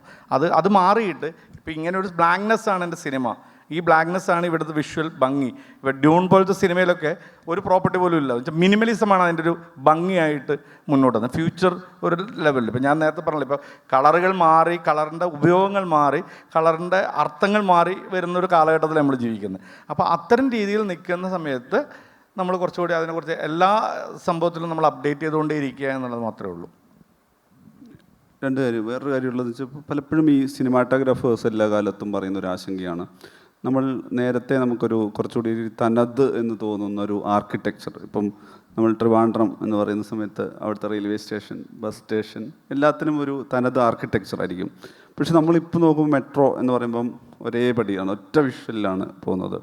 മാളുകൾ ഒരേപോലെയാണ്, കെട്ടിടങ്ങൾ ഒരുപോലെയാണ്. അപ്പോൾ നമ്മൾ ഈ പറഞ്ഞ ഇന്നത്തെ നഗരം എന്ന് പറയുന്നത് റീക്രിയേറ്റ് ചെയ്യുക വലിയ പാടുള്ള കാര്യമില്ല. പക്ഷേ നമ്മളൊരു 10-20 വർഷങ്ങൾക്ക് മുമ്പ് പോകുന്ന സമയത്ത് അല്ലെങ്കിൽ ഒരു ബ്ലാക്ക് ആൻഡ് വൈറ്റ് അറയൊക്കെയാണ് റീക്രിയേറ്റ് ചെയ്യുന്നതെങ്കിൽ ഒരുപാട് പേര് ഫോട്ടോഗ്രാഫ്സ് തന്നെയാണ് ഉപയോഗിക്കുന്നത്. അപ്പോൾ എനിക്കൊന്ന് അന്ന് ഈ പറയുന്ന അതിഗംഭീരമാവിധം ഫോട്ടോഗ്രാഫി വന്നതുകൊണ്ട് തന്നെ അത് ഒരു കലർപ്പില്ലാതെ വന്നുകൊണ്ട് തന്നെ ഒരുപാട് സംഗതികൾ റീക്രിയേറ്റ് ചെയ്യാൻ പ്രൊഡക്ഷൻ ഡിസൈനർമാർക്ക്, ഫിലിം മേക്കേഴ്സിനും ഫോട്ടോഗ്രാഫേഴ്സും ഈ പറയുന്ന DOP മാർക്കൊക്കെ അത് സഹായകമായിരുന്നു. ഈ പറഞ്ഞൊരു ഒരു ഒരു യഥാർത്ഥ സ്ഥലത്തെ മറ്റൊരു കാലത്ത് പുനഃസൃഷ്ടിക്കുകയാണല്ലോ. ഇപ്പോൾ 2025 ഇപ്പോൾ ഒന്നും ഈ തിക്രിത്തോ ബാഗ്ദാദൊക്കെ 2025 പുനഃസൃഷ്ടിക്കുമ്പോൾ ഈ യുദ്ധാനന്തരമല്ല, യുദ്ധത്തിന് മുമ്പുള്ള സ്ഥലം ക്രിയേറ്റ് ചെയ്യണം എന്നൊക്കെ പറയുന്ന സമയത്ത് എന്താണ് നിങ്ങൾക്ക് അതൊരു റെഫറൻസായിട്ടും ആലോചനയായിട്ടും പോകാറുള്ളത്? അതേസമയം തന്നെ ഞാൻ ഈ പറയുന്ന ആർക്കിടെക്ചറിൽ വരുന്ന ഈ പറഞ്ഞൊരു നമ്മുടെ ഒരൊറ്റ രീതി എന്നുള്ളത് എത്രത്തോളം അത് ഒരു വെല്ലുവിളി എന്നാണോ പറയുക, അത് എത്രത്തോളം മടുപ്പുണ്ടാക്കുന്നുണ്ട് എന്നുള്ളത്? മടുപ്പല്ല, അത് ചില ഇപ്പം ഒരു സ്ക്രിപ്റ്റ് പറയുന്നത്, ഇപ്പോൾ കേരളത്തിൻ്റെ തനത് ആർക്കിടെക്ചർ എന്ന് പറയുന്നത് ശരിക്കും പറയുമ്പോൾ 4 കെട്ട് മുതൽ അങ്ങനത്തെ സംഭവങ്ങൾ വന്നു കഴിഞ്ഞാലും ഇതിലെല്ലാം ഒരു ബ്രിട്ടീഷ് കൊളോണിയൽ ആസ്പെക്ട്സ് വന്നിട്ടുണ്ട്. ഇല്ലെങ്കിൽ നമ്മളുടെ തനത് എന്ന് പറയുന്നത് ശരിക്കും പറഞ്ഞാൽ കട്ട വീടും ഓലയും പരിപാടികളൊക്കെയാണ് വന്നത്. പക്ഷെ അതിൽ നിന്ന് സ്വന്തമായിട്ടുള്ള ഒരു കേരള ട്രഡീഷണൽ സംഭവം ഏത് രീതിയിൽ ആർക്കിടെക്ചറാണെന്ന് ചോദിച്ചു കഴിഞ്ഞാൽ ഇപ്പോൾ ആർക്കിടെക്ചർ പഠിക്കുന്ന കുട്ടികളെ ഏറ്റവും വലിയ ആർക്കിടെക്റ്റിനോട് ചോദിച്ചാലും അവർക്ക് ഉത്തരവില്ല നമ്മളുടെ തനത് എന്താണെന്ന്. എന്നുവെച്ചാൽ ഇതെല്ലാം അഡോപ്റ്റേഷനാണ്. ഇപ്പം ഞാൻ പറയട്ടെ, എനിക്ക് എൻ്റേതായിട്ടുള്ളൊരു വിഷ്വൽ സെൻസ് ഉണ്ടെന്ന് ഞാൻ പറഞ്ഞു കഴിഞ്ഞാലും എൻ്റെ ഉള്ളിൽ കയറി വന്നാൽ ഇപ്പം ഞാൻ കണ്ടതും ഞാൻ ഒരുപാട് എൻ്റെ ഇത്രയും വർഷത്തെ എക്സ്പീരിയൻസിൽ നിന്ന് ഞാൻ കണ്ട് പഠിച്ച കുറേ സംഭവങ്ങളുടെ ചിലപ്പം ഒരു വൈബാക്ക് ആയിരിക്കാം, ഒരു കഥയിലൂടെ അല്ലെങ്കിൽ ഒരു സംഭവത്തിലൂടെ വിഷ്വലായിട്ട് ഞാൻ വീണ്ടും പറയുന്നത്. അല്ലാതെ എനിക്ക് എൻ്റെ ഉള്ളിൽ ഒരു റിയൽ ക്രിയേറ്റിവിറ്റി എൻ്റേതാണത് എന്ന് പറയാൻ മാത്രം എനിക്കറിയില്ല, അത് അതുണ്ടെന്ന് എനിക്ക് തോന്നുന്നില്ല. എന്നുവെച്ചാൽ ഞാൻ ആ പ്യൂരിറ്റി ഒരിക്കലും ഒരു ക്രിയേറ്റിവിറ്റിയിലും ഉണ്ടെന്ന് എനിക്ക് സംശയമാണ്. എന്താ കാരണം വെച്ച് കഴിഞ്ഞാൽ അത്തരം രീതിയിൽ പറയാമെന്ന് വെച്ച് കഴിഞ്ഞാൽ അതൊരു മാസ്റ്റർ മൈൻഡ് സംഭവം, അത് ഒന്നിൽ തീരുവത് ആ ഒരു സംഭവം അങ്ങനെ വിശ്വസിക്കുന്ന ആളാണ്. അപ്പോൾ അതിലെന്ന് വെച്ച് കഴിഞ്ഞാൽ ശരിക്കും നമ്മളുടെ ഒരു ക്രിയേഷൻ എന്ന് പറയുന്നത് ഇങ്ങനെ നമ്മൾ നടന്നുകൊണ്ടിരിക്കുക. അപ്പം ഇതിൽ ഈ തനത് എന്ന് പറയുന്ന സാധനം ഇപ്പം ഞാൻ പറഞ്ഞില്ല, ഇപ്പം 60s തൃശ്ശൂരാണ് ഞാൻ ഇപ്പോൾ ക്രിയേറ്റ് ചെയ്യുന്നത്. ഇപ്പം അതിൽ തന്നെ ആ നഗരത്തിൽ അന്നുണ്ടായിരുന്ന ഒരുപാട് ഫോട്ടോഗ്രാഫ്സുകൾ എന്ത് ആധാരമാക്കിയിട്ട് അത് ചെയ്യുന്നത്, അത് മൊത്തമായിട്ട് ആ കാലത്ത് 60കളുടെ ഫോട്ടോഗ്രാഫ്സുകൾ തന്നെയാണ് എനിക്ക് കിട്ടിയിരിക്കുന്നത്. അത് ഞാനൊരു ഫോട്ടോഗ്രാഫ്സ് മാത്രമാണോ ഫോട്ടോഗ്രാഫ്സാണ് കിട്ടിയിരിക്കുന്നത്. ആർക്കൈവ്സിൽ തന്നെ പല സ്റ്റുഡിയോസിലും അതിലൊക്കെ ഉണ്ടായിരുന്നതും പിന്നെ 70കളുടെ ഫസ്റ്റ് സമയം. അപ്പം നമ്മൾക്കത് ഇമാജിൻ ചെയ്യാൻ പറ്റും 60കൾ ഇങ്ങനെയായിരിക്കാം, 60 ഇങ്ങനെയാണ് പോയിരിക്കുന്നത്. പിന്നെ ഒരുപാട് ഇപ്പോൾ ഗൂഗിളിലായാലും ഒരുപാട് സംഭവങ്ങൾ നമുക്ക് കിട്ടുന്നുണ്ട്. അതില്ലാതെ കുറേ ആർക്കൈവ്സുകൾ കളക്ട് ചെയ്യാനുള്ള സോഴ്സും ഉണ്ട്. അപ്പോൾ ആ സോഴ്സുകളിൽ നിന്നൊക്കെ ഇത്തരം ഫോട്ടോഗ്രാഫ്സുകൾ വെച്ചിട്ടാണ് ഇത് മുന്നോട്ട് കൊണ്ടുപോയത്. അപ്പോൾ അതിൽ നിന്നെല്ലാം നമ്മൾ ഈ ആർക്കിടെക്ചറിനെ കുറിച്ച് ഭയങ്കരമായിട്ട് ഇപ്പോൾ നോക്കിയിട്ട് തന്നെയാണ് ഡീറ്റെയിൽ ചെയ്യുന്നത്. അപ്പോൾ അതുകൊണ്ട് തന്നെ അതൊരു മടുപ്പുണ്ടാക്കുക എന്ന് പറയുന്ന സംഭവം വരുന്നില്ല. പിന്നെ നമ്മൾ ഇപ്പം തിക്രീത്ത് തിരിച്ച് നമ്മളിപ്പം ഇവിടെ കേരളത്തിൽ സെറ്റ് ചെയ്തു എന്ന് പറയുന്ന സംഭവം, അതിന് കൃത്യമായിട്ട് വെച്ച് കഴിഞ്ഞാൽ അതെന്താണെന്നുള്ളൊരു ഫോട്ടോഗ്രാഫിയും അതിൻ്റെ റെഫറൻസുകളും നമ്മളുടെ ഉള്ളിലുണ്ടായിരുന്നു. അപ്പോൾ അത് ഈ 4 ഫ്രെയിമിൻ്റെ അകത്താണ് ഇത് സെറ്റ് ചെയ്യുന്നത്. അപ്പോൾ അതിൻ്റെ ആർക്കിടെക്ചറിലും അതിൻ്റെ ഡീറ്റെയിലിങ്ങിലും ആയിരുന്നു വളരെ ഡീറ്റെയിൽഡ് ആയിട്ട് നമ്മൾ നോക്കും. ഇപ്പോൾ ഞാൻ പറഞ്ഞില്ല, വിഷ്വൽ എന്ന് പറയുന്നത് ഒരു കൺകെട്ടും കൂടിയാണ് ശരിക്കും പറഞ്ഞു കഴിഞ്ഞാൽ. ഞാൻ അതിൽ ഏറ്റവും കൂടുതൽ അനുഭവിച്ചൊരു കേസ് എന്ന് വെച്ച് കഴിഞ്ഞാൽ ഈ ടേക്ക് ഓഫ് പോലെ പടത്തിൽ ബസ് ഓടി വരുന്നുണ്ട്. അത് അപ്പോൾ അതിന് ബസ് ഓടുന്ന മൊത്തം റാസൽ കൈമയിലാണ് ഷൂട്ട് ചെയ്തിരിക്കുന്നത്. അതിന് മുന്നോടി ഓടുന്ന 2 വാഹനങ്ങൾ ഹൈദരാബാദിലാണ് ഓടിയിരിക്കുന്നത്. അപ്പോൾ ഇതെല്ലാം കൂടി മാച്ച് ചെയ്യണം. അപ്പോൾ ഇതെങ്ങനെ മാച്ച് ചെയ്യും എന്നുള്ളതാണ്. അപ്പോൾ അത് കൺകെട്ട് എന്ന് പറയുന്ന ഒരു ചെറിയൊരു പരിപാടിയിലാണ് ചെയ്തിരിക്കുന്നത്. വെച്ചാൽ ഒരേ ടൈപ്പ് ഓഫ് വണ്ടി എടുത്തിട്ട് അതിന് നമ്മൾ ആ ലെവലിൽ അറിയില്ല അല്ലെങ്കിൽ മനസ്സിലാക്കാൻ പറ്റില്ല, ഒരു വിഷ്വലിൽ ഒരു സ്ലാങ്ങിങ് അത് പോകുന്നതാണ് എന്നുള്ള രീതിയിൽ കൃത്യമായിട്ട് പറഞ്ഞുകൊണ്ടാണ് അതിൽ കൺകെട്ട് യൂസ് ചെയ്യാം എന്നുള്ള രീതിയിൽ. ഞാൻ വിഷ്വലിന് അങ്ങനെയും നമുക്ക് കാണാം. അതുകൊണ്ടാണ് മാജിക് പോലത്തെ സംഭവങ്ങൾ നമുക്ക് ഇവിടെ വിജയിക്കുന്നത് പോലും. അപ്പോൾ അത്തരം രീതിയിൽ വെച്ചാൽ നമ്മൾ കാണുന്ന വിഷ്വലുകൾ അത് നമ്മൾ സ്വയം അനലൈസ് ചെയ്താൽ മതി. നമ്മൾ ആ രീതിയിൽ കണ്ടു തുടങ്ങിക്കഴിഞ്ഞാൽ എനിക്ക് തോന്നുന്നു അത് കുറച്ചുകൂടി ഈസിയാവും. ഇപ്പം ഞാനെപ്പോഴും ഞാൻ പറയില്ല, നമ്മൾ ഈ സംസാരിക്കുന്നത് പോലും ചിലപ്പോൾ എനിക്കൊരു ഫ്രെയിമിൻ്റെ അകത്തുള്ള കാഴ്ചയായിട്ട് കാണാൻ പറ്റുന്നു എന്നുള്ളതാണ്. അത് എക്സസൈസ് കൊണ്ടാവാം. നമ്മൾ കാണുന്ന നമ്മൾ ചെയ്യുന്ന അത്രേ ആവശ്യമുള്ളൂ. അതിനപ്പുറം നമ്മൾ കാണുന്നില്ല. ഇപ്പം ഞാൻ മനീഷിനെയും ഈ നിൽക്കുന്ന അനീസിനെയും മാത്രമുള്ളൊരു ഫ്രെയിമിന് മാത്രം ഞാൻ കണ്ടാൽ മതി. അപ്പം പിന്നെ ഇപ്പം തിരിഞ്ഞു പോയി കഴിഞ്ഞാൽ ഈ ഓഡിയനെ കാണുന്ന ഒരു വൈഡ് ഫ്രെയിം ഉണ്ടാവും. അപ്പോൾ ഈ 4 ഫ്രെയിമുകളിലെല്ലാം കാണാൻ ശ്രമിച്ചു തുടങ്ങിയത് പിന്നെ അത് കൃത്യമായിട്ട് നമുക്ക് പോയിൻ്റ് ഔട്ട് ചെയ്യാൻ പറ്റുന്നുള്ളതാണ്. അത് ഒരു എക്സസൈസ് ആയിട്ട് മാറിക്കഴിഞ്ഞാൽ വലിയ കുഴപ്പമില്ലെന്ന് തോന്നുന്നുണ്ട്. ഓഡിയൻസ് സൈഡിൽ കൂടി എത്രമാത്രം സ്വാതന്ത്ര്യം കിട്ടുന്നുണ്ട് ഈ സംവിധായകൻ്റെ ഭാഗത്തു നിന്നും. ഇപ്പം മുമ്പ് കേട്ടിട്ടുണ്ട് സൂപ്പർ സ്റ്റാറുകൾ സ്ക്രിപ്റ്റ് തിരുത്തുന്ന പോലെ. അപ്പോൾ അതേപോലെ ഇത് ചെയ്യുന്നതിന് എന്തുമാത്രം സ്വാതന്ത്ര്യമാണ് കിട്ടുന്നത്? ആദ്യകാലങ്ങളിൽ ഈ സ്വാതന്ത്ര്യത്തിന് ഭയങ്കര കുറവുണ്ടായിരുന്നു. പക്ഷേ ഇന്ന് ഞാനത് പ്രൂവ്ഡാണ്. ഈ ചെയ്തിരിക്കുന്ന കക്ഷി വിശ്വാസമുണ്ട്, ഇയാളുടെ വിഷ്വലുകൾക്ക്, ഇയാൾ പറയുന്ന വിഷ്വലുകൾക്ക് ഒരു ധാരണയുണ്ട് എന്നുള്ള രീതിയിൽ ഞാൻ പ്രൂവ് ചെയ്തപ്പോൾ ശേഷം ഇപ്പോൾ പറയുന്നതിന് ഭയങ്കരമായിട്ടുള്ള സ്വാതന്ത്ര്യമുണ്ട്.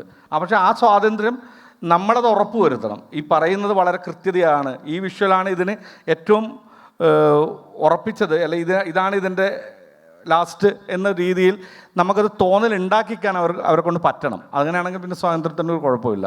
അപ്പോൾ ആ സ്വാതന്ത്ര്യം ഇപ്പോൾ എൻജോയ് ചെയ്യുന്നുണ്ട്. ആക്ച്വലി ഇപ്പം നേരത്തെ പറഞ്ഞ പോലെ ഒരു സ്പോട്ട് സർപ്രൈസുകൾ കുറവാണ്. കാരണം ഇതിൻ്റെ ഒരു പ്രീ വിഷ്വലൈസേഷൻ നടക്കുന്നുണ്ട്, കംപ്ലീറ്റ്ലി മോഡ് ബോർഡ് നമ്മൾ കൊടുക്കുന്നുണ്ട്.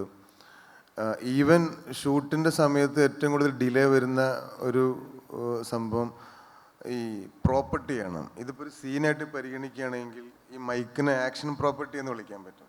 അതായത് സ്ക്രിപ്റ്റിൽ പ്രതിപാദിക്കുന്ന പ്രോപ്പർട്ടി. അപ്പോൾ നിലവിൽ ഇപ്പം ഞാൻ കനകം കമ്പനി ചെയ്ത സമയത്ത് പൊതുവാളൊരു പ്രൊഡക്ഷൻ ഡിസൈനറും കൂടെയാണല്ലോ. അവർ ബോംബെയിലേക്കുള്ള പ്രാക്ടീസ് എന്ന് പറഞ്ഞു കഴിഞ്ഞാൽ സിനിമയ്ക്ക് ഒരു 10 ദിവസം മുന്നേ അല്ലെങ്കിൽ 15 ദിവസം മുന്നേ ഈ പ്രോപ്പറൊക്കെ വെക്കും. പ്രോപ്പ് കോസ്റ്റ്യൂം ആ സിനിമയിൽ ത്രൂ ഔട്ട് ഉപയോഗിക്കുന്ന പ്രോപ്പർട്ടിയും കോസ്റ്റ്യൂംസും DOPക്കും ഡയറക്ടർക്കും നേരിട്ട് കാണാൻ പറ്റുന്ന രീതിയിൽ റെക്കെ വയ്ക്കും. ഇപ്പോൾ അതും കൂടെ ആയതോടുകൂടെ ഭയങ്കര പീസ്ഫുള്ളാണ് ഇപ്പോൾ സെറ്റ് ആക്ച്വലി. കാരണം എല്ലാം കണ്ട് ബോധ്യപ്പെട്ടതിന് ശേഷമാണ് നമ്മൾ ഷൂട്ട് സ്റ്റാർട്ട് ചെയ്യുന്നത്. ഈവൻ സെറ്റാണെങ്കിൽ പോലും അതിൻ്റെ 3 ഡയമെൻഷൻ സെറ്റും വിത്ത് മിനിയേച്ചറെല്ലാം കാണിച്ചിട്ട് നമ്മൾ തുടങ്ങുന്നത് പലപ്പോഴും. സോ നേരത്തെ സന്തോഷം പറഞ്ഞ പോലെ ട്രസ്റ്റാണ് മെയിൻ. അവർ ദേ വിൽ ഫീൽ ദാറ്റ് ഡയറക്ടർക്ക് ആ ഒരു നമ്മളെ നമ്പാൻ പറ്റുമെന്നുള്ളൊരു അവർക്കിപ്പോൾ ഉണ്ട്. അത് ഇപ്പോൾ ലാസ്റ്റ് സിനിമയൊക്കെ ഐഡൻറ്റിറ്റിയൊക്കെ ഒരു അക്ഷരാർത്ഥത്തിൽ എന്നെയും DOPനെയൊക്കെ ഡയറക്ടർ കയറൂരി വിട്ട സിനിമയായിരുന്നു. അപ്പം അത് ഗുണകരമാണ്. ഇപ്പോൾ അത് കുറേ കൂടെ സ്വാതന്ത്ര്യമുണ്ട്, ബഹുമാനമുണ്ട്. ഹൈ സർ, എൻ്റെ ചോദ്യം, ഇപ്പോൾ നമ്മൾ കാണാത്ത അല്ലെങ്കിൽ നമ്മുടെ ചിന്തകളിൽ പോലും ഇല്ലാത്ത ഒരു പുതിയ സാധനം, ഫ്യൂച്ചറിസ്റ്റിക് ആയിക്കോട്ടെ അല്ലാതെ ആയിക്കോട്ടെ, അപ്പോൾ അത് ക്രിയേറ്റ് ചെയ്യുമ്പോൾ ഒരു ക്രിയേറ്ററിനെ സംബന്ധിച്ച് ഒരു ത്രില്ല് ഉണ്ടാവുമല്ലോ. അതായത് എക്സിസ്റ്റിംഗ് അല്ലാത്ത ഒരു സാധനം ക്രിയേറ്റ് ചെയ്തെടുക്കുമ്പോൾ. അങ്ങനെ ഉദാഹരണത്തിൽ ഇപ്പോൾ ബാറ്റ്മാനിലെ ബാറ്റ് മൊബൈലൊക്കെ പോലെ. സോ അങ്ങനെ ക്രിയേറ്റ് ചെയ്യാനുള്ള ഒരു സ്പേസ് മലയാളം ഫിലിം ഇൻഡസ്ട്രിയിൽ ഉണ്ടോ, അല്ലെങ്കിൽ ഉണ്ടാവാൻ സാധ്യതയുണ്ടോ? തീർച്ചയായിട്ടും ഉണ്ട്. ഞാനിപ്പം നിങ്ങൾ കണ്ടിട്ടുണ്ടല്ലോ, ഇപ്പോൾ ബറോസ് പോലത്തെ സിനിമ, അതിൽ ഞാൻ പറഞ്ഞില്ല, ഞാൻ കാണാത്തൊരു ലോകമായിരുന്നു ശരിക്കും 600 years ബാക്ക്. അതിന് റെഫറൻസ് ഇല്ല എനിക്ക്. അത് ഇൻഡോ പോർച്ചുഗീസ് എന്ന് മാത്രമേ ഉള്ളൂ. അപ്പോൾ അതിലൊരു സെല്ലർ വേണം, ആ സെല്ലറിൻ്റെ പാറ്റേൺ ഇങ്ങനെ ആവണം എന്ന് എവിടെയും പറഞ്ഞിട്ടില്ല. അത് സ്ക്രിപ്റ്റിൽ പോലും ജസ്റ്റ് സെല്ലർ എന്ന് മാത്രമേ എഴുതിയുള്ളൂ. അതിലുള്ളൊരു വുഡു ഡോള്, ഒരു വുഡു ഡോൾ എന്ന് മാത്രമേ പറഞ്ഞുള്ളൂ. അതൊരു നമുക്ക് എങ്ങനെ വേണം എന്നുള്ളത് അത് പ്യൂർലി ഞാൻ തന്നെ ഒരു സാധനം വരച്ച് അതിൽ നിന്നുണ്ടാക്കി ആ ഒരു ഡെവലപ്മെൻറ്റിന് അതിന് പിന്നെ കുറേ പേരുടെ അഭിപ്രായങ്ങളുടെ പുറത്താണ് ഓരോ സാധനം ഉണ്ടായിരിക്കുന്നത്. അപ്പോൾ അത്ര രീതിയിൽ മലയാള സിനിമയിൽ നടക്കുന്നുണ്ട്. ഇപ്പം അതിൽ ഞാൻ എടുത്തൊരു നിങ്ങൾ ബിലീവ് ചെയ്യിക്കാൻ വേണ്ടി അതിൽ ചെയ്തൊരു പരിപാടികളെന്ന് വെച്ച് കഴിഞ്ഞാൽ ഈ സെല്ലറിൻ്റെ അകത്ത് ഇപ്പം നമ്മുടെ ഇൻഡോ പോർച്ചുഗീസ് ആയാലും ചിലപ്പോൾ ആ രാജാവ്, പോർച്ചുഗീസ് രാജാവ് പടവെട്ടി പിടിച്ചു കൊണ്ടുവന്ന അക്ബർ ചക്രവർത്തിയുടെ സിംഹാസനമായിരിക്കാം ഇത്. അത് അക്ബർ ചക്രവർത്തിയുടെ സിംഹാസനം ആ ഒരു പാറ്റേൺ എടുത്ത് അവിടെ വെച്ചു. അപ്പോൾ അങ്ങനെ കുറേ സംഭവങ്ങൾ വെക്കുമ്പം ഇത് ബിലീവ് ചെയ്യാൻ തുടങ്ങിയത്, ആ കാലഘട്ടത്തിന് ബിലീവ് ചെയ്യാൻ തുടങ്ങി. അപ്പോൾ അത്ര രീതിയിലുള്ള തോട്ടും അത്ര രീതിയിലുള്ള ചിന്തകളും നമുക്കുണ്ടായി കഴിഞ്ഞാൽ കുഴപ്പമില്ല. അത് മലയാള സിനിമയിലായാലും ഇപ്പം നടക്കുന്നുണ്ട്. മലയാള സിനിമയിലും അങ്ങനെ തിങ്ക് ചെയ്യുന്നുണ്ട്, ആൾക്കാർ തിങ്ക് ചെയ്ത് തുടങ്ങിയിട്ടുണ്ട്. അനീസക്കൊക്കെ അതിനെപ്പറ്റി എന്തെങ്കിലും, ഐ മീൻ അങ്ങനെ ഉണ്ടാക്കി എന്തെങ്കിലും ഓർത്തെടുക്കാൻ? അല്ല, അതൊരു ആവശ്യം വരുമ്പോഴാണല്ലോ നമ്മൾ ആക്ട് ചെയ്യുന്നത്. ആക്ച്വലി ഇപ്പം മലയാള സിനിമയിൽ അങ്ങനെ അണ്ടർ എസ്റ്റിമേറ്റ് ചെയ്യേണ്ട. അതായത് മലയാള സിനിമയിൽ ഏതൊരു ന്യൂ ബീനെയും പോലെ തന്നെയാണ് മലയാള സിനിമയിലെ ഡയറക്ടറും DOPs ഒക്കെ. കാരണം അവർ ഭയങ്കര ആംബിഷ്യസ് ആണ്. അവരതിൻ്റെ ഒരു ടോപ്പിലേക്കാണ് പോകുന്നത്, ആദ്യം ഏറ്റവും എക്സ്ട്രീമിലേക്കായിരിക്കും പോകുന്നത്. പക്ഷേ ദ പീപ്പിൾ ഹു ഇൻവെസ്റ്റ് മണി അവരിപ്പോഴും ഇച്ചിരി ബാക്കിലായിരിക്കും. അപ്പോൾ ഇതിൻ്റെ ഒരു ക്രൈസിസ് പരിഹരിക്കലായിരിക്കും മിക്കവാറും ഞങ്ങളുടെ പണി. മനസ്സിലായില്ലേ? ഇത് ഒരേ സമയം ടെക്നിക്കലി പ്രൊഡക്ഷൻ്റെ സൈഡിൽ കൺവിൻസ് ചെയ്യിപ്പിക്കണം, അതേസമയം മനോരാജ്യം കണ്ടിരിക്കുന്ന ഡയറക്ടറെയും കൺവിൻസ് ചെയ്യിപ്പിക്കണം, അതേസമയം ഇത് ട്രോളന്മാരുടെ റൗണ്ട് ഇട്ട് വരാത്ത രീതിയിൽ ക്വാളിറ്റിയിൽ ഇത് പ്രൊവൈഡ് ചെയ്യാൻ പറ്റണം. അപ്പോൾ ഡെയിലി പ്രൊഡക്ഷൻ പ്രൊഡക്ഷൻ ടീമുമായിട്ട് എൻകൗണ്ടർ വരുന്ന ഡിപ്പാർട്ട്മെൻറ്റാണ് നമ്മുടെ ഡിപ്പാർട്ട്മെൻറ്റ്. അപ്പോൾ അതിൻ്റെ അകത്ത് നിന്ന് മിനിമൽ റിസോഴ്സ് വെച്ചിട്ടാണ് സത്യം പറഞ്ഞു കഴിഞ്ഞാൽ മാക്സിമം സാധ്യമാക്കി എടുക്കുന്നത്. അപ്പോൾ റിക്വയർമെൻ്റ് ഉണ്ട്. ഇപ്പോൾ ബ്രോ പറഞ്ഞ പോലെ ഡ്യൂണിൻ്റെ അകത്ത് വരുന്ന പ്രോപ്പർട്ടിയുടെ ഒരു ഫിനിഷ് ഇവിടുത്തെ ഡയറക്ടർ ആഗ്രഹിക്കുന്നുണ്ട്. സോ ആവശ്യമുണ്ട്, ആവശ്യക്കാരുമുണ്ട്. അതിൻ്റെ ഒരു ഓറിയൻറ്റേഷനിലേക്ക് ഓൾ ടുഗദർ ഒരു ടീം എന്ന നിലയ്ക്ക് വിത്ത് പ്രൊഡക്ഷൻ ഇപ്പോൾ വരുന്നതേ ഉള്ളത്. ഇപ്പം നല്ല ആർട്ടിസ്റ്റുകളുണ്ട്, ഒരുപാട് പ്രോപ്പ് ആർട്ടിസ്റ്റുകളുണ്ട് നമുക്ക് മലയാളത്തിൽ തന്നെ. ഓട്ടോമേഷൻ ചെയ്യുന്ന, ആനിമട്രോണിക്സ് ചെയ്യുന്ന ഒക്കെ കിഡിലും പിള്ളേരുണ്ട്. അതിന് ആവശ്യങ്ങൾ വന്നുകൊണ്ടിരിക്കുന്നു. ഇപ്പം നമുക്ക് റീസെൻ്റ്ലി ലാസ്റ്റ് സിനിമയിൽ പൊന്യാളൻ സ്വന്തം പൊന്യാളൻ എന്ന സിനിമയിൽ നമ്മളൊരു ഓട്ടോമേറ്റഡ് ഐറ്റം ഉണ്ടാക്കിയിട്ടുണ്ട്. കുരിശ് പൊന്തി വരുന്നൊരു സംഭവം ഐഡൻറ്റിറ്റിയിലുണ്ടായിരുന്നു, അതെല്ലാം ട്രിം ചെയ്ത് കളഞ്ഞു. പക്ഷേ സോ അതുണ്ട്, അതിൻ്റെ എല്ലാവിധ സാഹചര്യങ്ങളിലും ഉണ്ട്. എനിക്ക് തോന്നുന്നു ഒരു വിത്തിൻ കുറഞ്ഞ സമയം കൊണ്ട് തന്നെ. ഇനി ഇതിലേക്ക് ആഡ് ചെയ്യാനുള്ള ഒറ്റ പോയിന്റ് ഞാൻ നേരെ സംസാരിക്കാൻ വേണ്ടി ആ ഉത്തരമാണ് പറയാൻ ഉദ്ദേശിച്ചത്. ആക്ച്വലി വിഷ്വൽ നമ്മൾ ചെയ്യുന്ന വർക്കും സിനിമേൻ്റെ അകത്തുള്ള വിഷ്വലും ഇപ്പോൾ ഈ സസ്റ്റൈനബിൾ ഡെവലപ്മെൻറ്റ് എന്നുള്ള ഒരു പാരാമീറ്റർ പൊതുവേ വരുന്നത് കൊണ്ട് തന്നെ ഈ പ്രൊഡക്ഷൻ ഡിസൈനിങ്ങിൻ്റെ അകത്തും സസ്റ്റൈനബിൾ പ്രൊഡക്ഷൻ ഡിസൈനിങ് അല്ലെങ്കിൽ കുറേ കൂടെ ഒരു ഗ്രീനർ ഇനീഷ്യേറ്റീവ്സ് പ്രാക്ടീസ് ചെയ്യുന്നുണ്ട്. പേഴ്സണലി ഞാൻ ചെയ്യുന്നുണ്ട്. ഇപ്പോൾ ലൂക്ക മുതൽ അത് കൃത്യമായിട്ട് തന്നെ നമ്മളെല്ലാ സിനിമകളിലും ചെയ്യുന്നുണ്ട്. നമ്മളൊരു കമ്മ്യൂണിറ്റി എന്നുള്ള നിലയ്ക്ക് ആക്ച്വലി ലാൻഡ് ഫില്ലിംഗ് ഒക്കെ കൃത്യമായി കുറയ്ക്കാനും പറ്റും. ഞാൻ മഞ്ഞുമൽ ബോയ്സിൻ്റെ സെറ്റിലെ സ്ക്രാപ്പ് ഉപയോഗിച്ചിട്ടാണ് പൊന്യാളനിലെ പള്ളി സെറ്റ് ഇട്ടത്.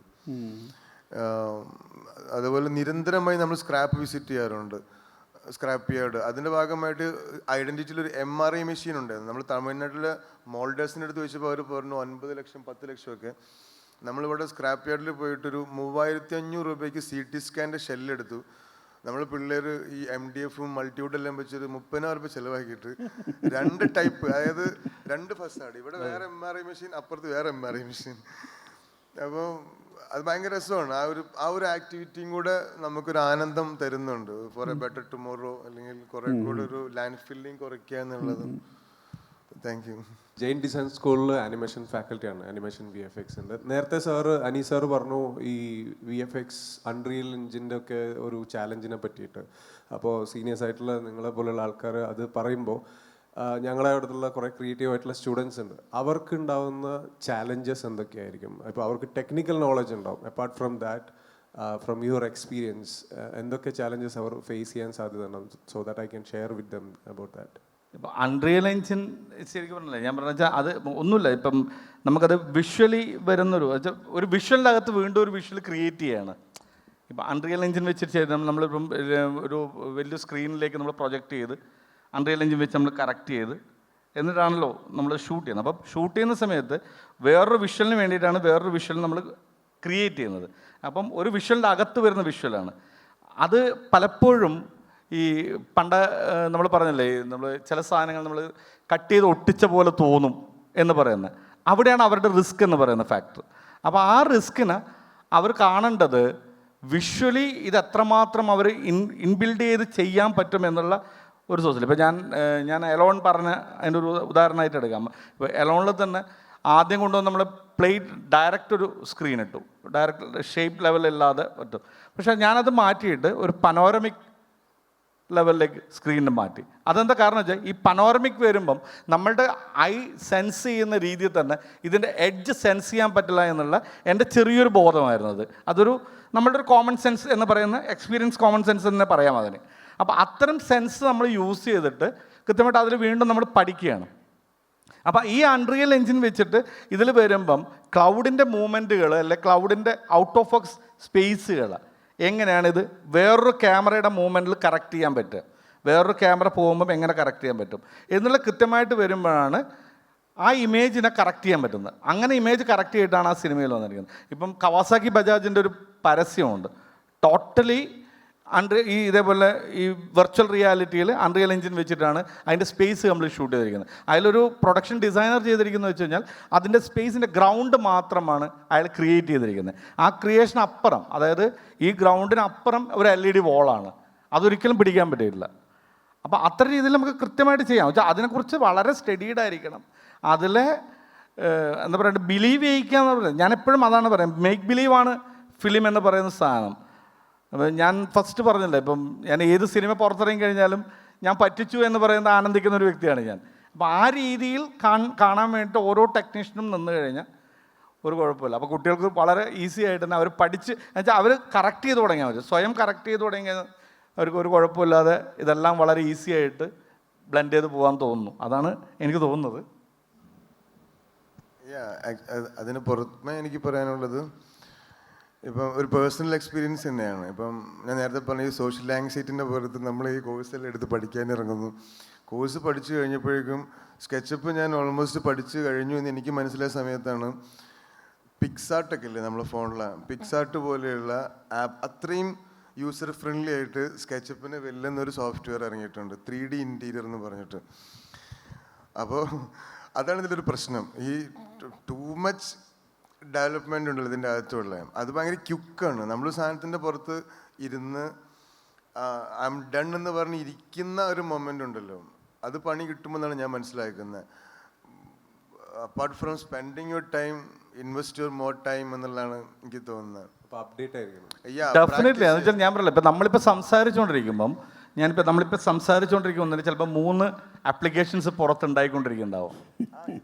എനിക്ക് ഒരു ട്യൂട്ടറുടെ സഹായത്തോടു കൂടെ പഠിക്കേണ്ട സോഫ്റ്റ്വെയറാണ് സ്കെച്ചപ്പ്. ഞാൻ യൂട്യൂബിൽ ഇരിക്കണം, ഇത് വെറുതെ അത്രയും യൂസർ ഫ്രണ്ട്ലി അല്ല. ഞാൻ പറഞ്ഞില്ല, ഇപ്പം ഞാൻ ഒരു 2 years ബാക്ക് ഞാൻ ഒരു മൂഡ് ബോർഡ് ക്രിയേറ്റ് ചെയ്യണമെങ്കിൽ ഞാൻ ഗൂഗിൾ പോലത്തെ കുറേ സംഭവങ്ങൾ എടുത്ത് ആ മൂഡ് ബോർഡിനെ വളരെ കറക്റ്റ് ചെയ്ത് അതിനെ പറ്റുന്ന സാധനങ്ങൾ ഞാൻ പിൻട്രസ്റ്റ് എന്നോ അല്ലെങ്കിൽ ഇപ്പോൾ ഗൂഗിളിൽ നിന്നോ ഞാൻ സെർച്ച് ചെയ്ത് അവരെ ഡിപ്പെൻഡ് ചെയ്ത് അതിൽ നിന്ന് ഫോട്ടോഗ്രാഫ്സ് തന്നെ ഡൗൺലോഡ് ചെയ്ത് ഇത് കറക്റ്റ് ചെയ്ത് ഉണ്ടാക്കുന്ന ഒരു ടീമിനെ ഞാൻ ഉണ്ടാക്കണം. ഇന്ന് ഞാൻ എൻ്റെ ഐപാഡിൽ മാക്ട്രോക്സ് എന്ന് പറഞ്ഞൊരു ആപ്ലിക്കേഷൻ ഉണ്ട്. ഇതിലേക്ക് ഞാൻ കൃത്യമായിട്ട് ടൈപ്പ് ചെയ്ത് എൻ്റെ മൂഡ് ഇതാണ്, എൻ്റെ സ്ക്രിപ്റ്റ് ഇതാണ്, എൻ്റെ ആക്ടർ ഇതാണ് എന്ന് പറഞ്ഞു കഴിഞ്ഞാൽ വിത്തിൻ സെക്കൻഡ്സിലാണ് എനിക്കിത് ജനറേറ്റ് ചെയ്തത്. അപ്പോൾ ഈ ജനറേറ്റ് ചെയ്തപ്പം ഞാനത് അവരോട് വീണ്ടും ഞാൻ വീണ്ടും പറയാണ്, എനിക്കിത് പോരാ, എനിക്ക് മോർ ഇമേജാണ് വേണ്ടത്, എനിക്ക് ഇത്ര കറക്ഷൻസ് വേണം. അത് വീണ്ടും ചെയ്ത് കഴിഞ്ഞാൽ എനിക്ക് ഫൈനലി എനിക്കിതിൽ നിന്ന് സെലക്ട് ചെയ്താൽ മതി. അത് എനിക്കൊരു 1 hour എനിക്ക് കിട്ടും. പക്ഷേ ഈ 1 hour അകത്ത് ഞാനത് ചെയ്ത് തിരിഞ്ഞിപ്പുറം വരുമ്പോഴത്തേക്ക് പുതിയൊരു സോഫ്റ്റ്വെയറിൻ്റെ ലോഞ്ച് അവിടെ നടന്നിട്ടുണ്ടാവും. അതിനെക്കുറിച്ച് ഞാൻ അവെയർ ആവണം. അപ്പോൾ ഒരു ടോട്ടലി, അതുകൊണ്ട് ഞാൻ പറയും, ഇപ്പം ടെക്നോളജി എന്ന് പറയുന്ന സാധനം ഫ്യൂച്ചറിലേക്ക് ഇനി വരുന്നതൊപ്പം ഇപ്പം AI ആയാലും എന്ത് തന്നെ ആയാലും ഇതെല്ലാം തന്നെ നമ്മളെന്താണോ പഠിക്കുന്നത്, നമ്മളെന്താണോ പഠിക്കാൻ ശ്രമിക്കുന്നത്, ആ പഠിക്കാൻ ശ്രമിക്കുന്നിടത്ത് വീണ്ടും അടുത്തതിലേക്ക് നമ്മൾ പഠിക്കാൻ പോകണം. അപ്പം ഇതിനെക്കുറിച്ചിട്ട് ടോട്ടൽ ഒരു അവയർനെസ് നമ്മൾ ഉണ്ടാക്കിയെടുക്കുക. നമ്മൾ അതിൻ്റെ ഒരു സോഫ്റ്റ്വെയർ കണ്ടന്റ് നമ്മളെങ്ങനെയാണ്, എന്താണ് അതിന് ഉപയോഗിക്കാനുള്ളൊരു മാസ്റ്റർ മൈൻഡ് ക്രിയേറ്റ് ചെയ്യാനുള്ളൊരു സാധനം, അത് നമ്മൾ കയ്യിൽ നമ്മൾ ഉണ്ടാക്കിയെടുക്കുക എന്ന് മാത്രം. ബാക്കിയെക്കുറിച്ച് അവെയർ ചെയ്ത് അത് വെച്ച് നമ്മൾ ഡെവലപ്പ് ചെയ്യാമെന്ന് മാത്രം. അതങ്ങനെയാണെന്ന് തോന്നുന്നു എല്ലാവരും പഠിച്ചുണ്ടാക്കുന്നത്. ഇപ്പം പണ്ട് മറ്റേ DTP വന്ന സമയത്ത് അഡോബിൻ്റെ സോഫ്റ്റ്വെയർസ് ഒന്നും തന്നെ നമ്മളൊരു ഇൻസ്റ്റിറ്റ്യൂട്ടിൽ പോയിട്ട്, ഇപ്പം എന്നെ സംബന്ധിച്ച് ഞാൻ ഇൻസ്റ്റിറ്റ്യൂട്ടിൽ പോയിട്ട് പഠിച്ചതല്ല. കണ്ട് സ്വായത്തമാക്കിയത്. അപ്പോൾ എന്ന് വെച്ചാൽ ഈസ് ആർട്ടിസ്റ്റിക് ഇമേജുകൾ, ആർട്ടിസ്റ്റിക് സോഫ്റ്റ്വെയർ ആണെല്ലാം. ആർട്ടിനെയാണ് ക്രിയേറ്റ് ചെയ്യുന്നത്. അതിനെന്തായാലും ഇഷ്ടമുള്ള ഒരാൾക്ക് ആസ് എ ക്രിയേഷനാണല്ലോ. ഈ ക്രിയേറ്റിവിറ്റിയുടെ ഒരു സോഫ്റ്റ്വെയറിനെ നമ്മൾ കണ്ടെത്തുമ്പം എന്തായാലും അത് എന്തും മറിമണിക്കാൻ പറ്റുമെന്ന് എനിക്ക് തോന്നുന്നത്.